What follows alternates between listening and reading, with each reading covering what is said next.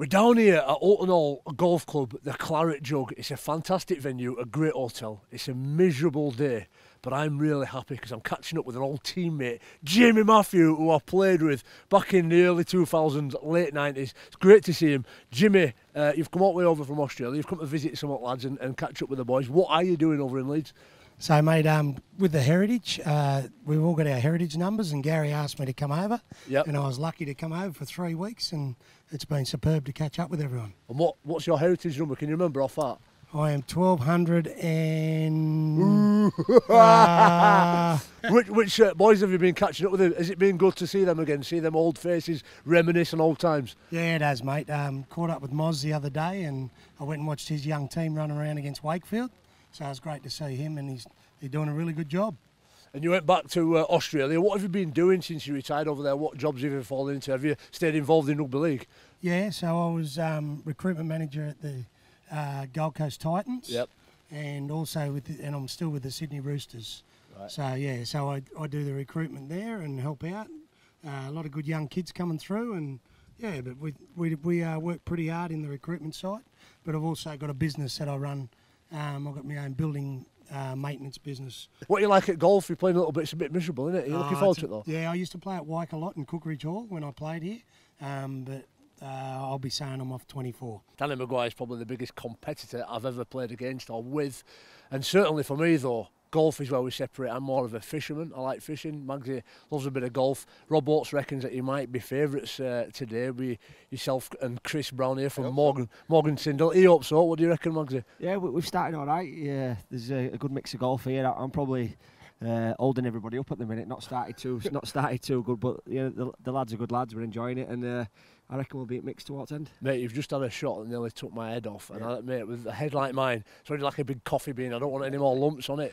What are you doing? I were actually aiming for you, to be fair, yeah. I was 250 yards away with a 9-iron and I nearly got you. So. Well, to be honest with you, mate, it's not a great shot if you miss this, Melon. Now, Chris from Morgan Sindel Construction, obviously one of our proud sponsors. What does it mean to you to come with you and your boys today to get involved with Leeds Rhinos Golf Day? Well, I've been involved with Rhinos for about 5 or 6 years now. Since I took the table in the Lewis Jones suite, and I've always supported them, the federation, all the stuff that we've done. I just think it's good to get together, see the players out here and have a mix. We see them on field now and again, all the time playing. It's just nice to actually have a chat with Danny and yourself and get the guys here as well to play with us. I did it last year and enjoyed it.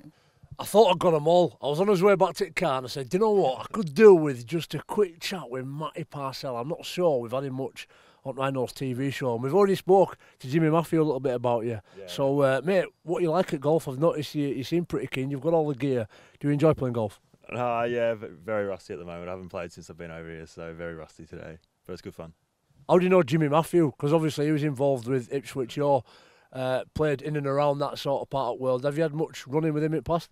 I haven't, but yeah, I had a chat to him the other night, so it's good to catch up in that. But yeah, no, not too much. What do you think to the South Stand? The Leeds Rhinos supporters have got a nice set-in song for you. You're a big fan favourite. How have you enjoyed your time so far at Rhinos, and what do you think to that South Stand? Very enjoyable. Yeah, it's unreal. I was sort of to hear the crowd. We don't get that back home, so I'm really loving it, really enjoying it. So it's good fun.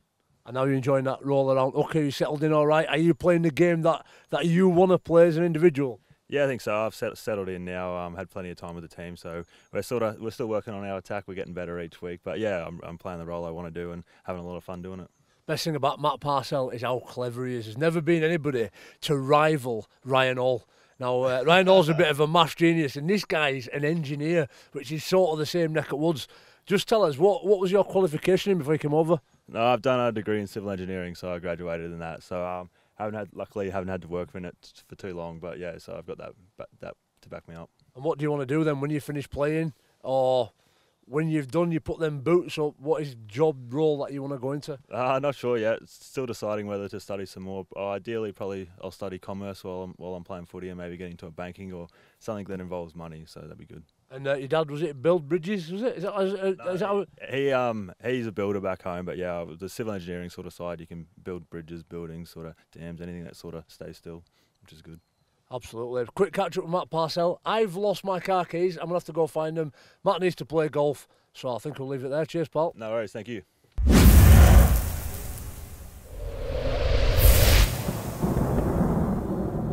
I'm joined by Andy, who's the Chief Exec at Aspire.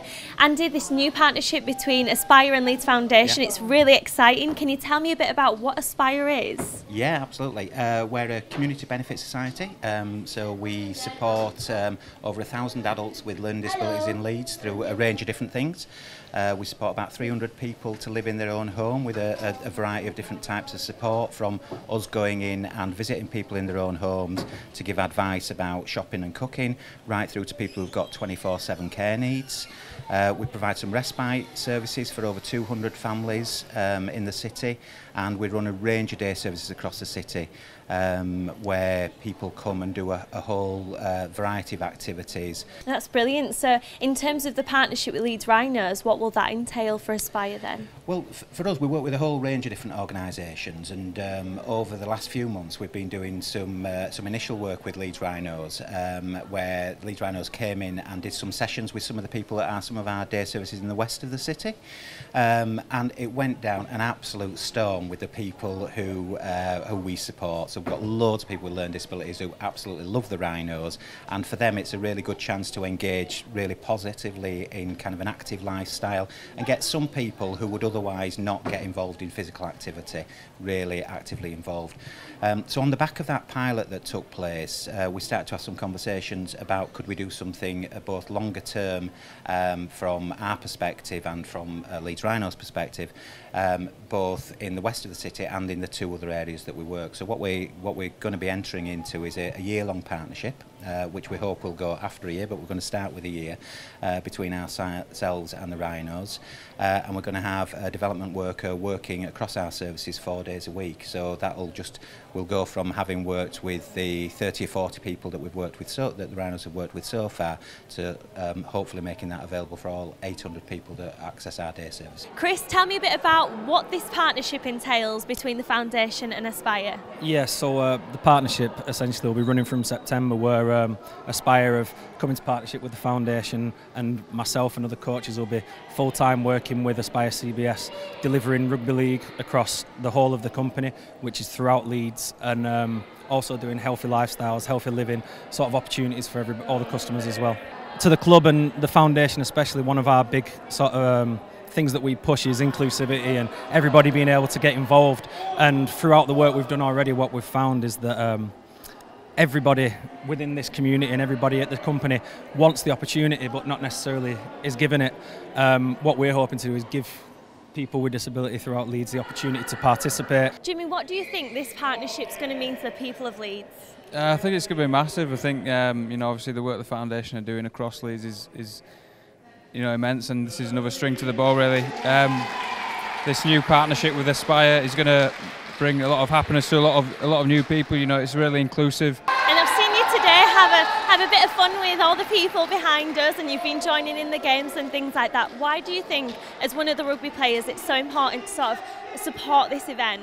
Yeah, well, obviously I'm representing the Rhinos and a bit of the foundation as well, so I think it's good to combine the two together, and there's loads of Leeds Rhinos fans here, so they're all really happy for me to be here in the Leeds Foundations. How has it been having Jimmy here as well? What's been the response with everybody? It's been a phenomenal response. I think half of our customers have arrived in Rhino shirts. Yeah. One person's even got a fake tattoo of the Rhinos on his arm, which he's been showing everybody.